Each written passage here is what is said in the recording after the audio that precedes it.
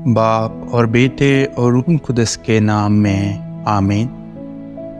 ہمارے لیے آج کی تلاوت ارمیا نبی کی کتاب، اس کا 23واں باب اور اس کی پہلی آیت سے لے کر 6 آیت تک۔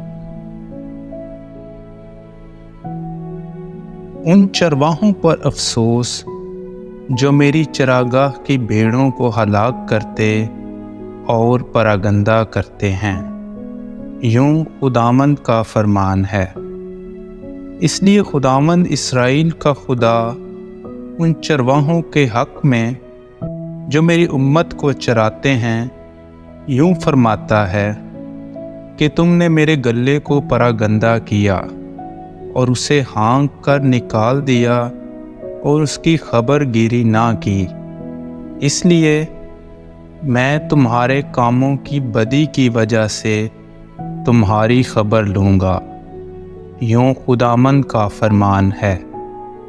اور میں ان تمام ممالک میں سے جہاں جہاں میں نے انہیں ہانک دیا تھا اپنے گلے کا بقیہ خود جمع کروں گا اور انہیں ان کی چراگاہ میں واپس لاؤں گا، اور وہ پھلیں گے اور بڑھیں گے، اور میں ان پر ایسے چرواہے مقرر کروں گا جو انہیں چرائیں گے تو وہ پھر نہ ڈریں گے اور نہ خوف کھائیں گے، اور نہ کوئی ان میں سے گم ہوگا، یوں خداوند کا فرمان ہے۔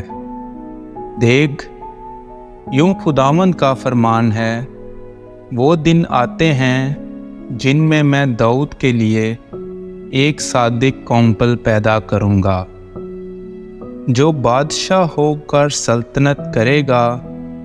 وہ دانش مند ہوگا اور زمین پر عدل اور صداقت کا کام کرے گا۔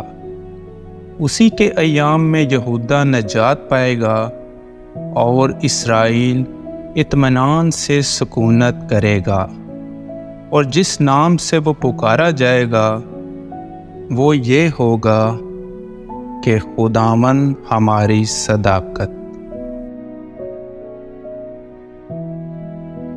پاک کلام کے پڑھے اور سنے جانے پر خدا کی برکت ہو۔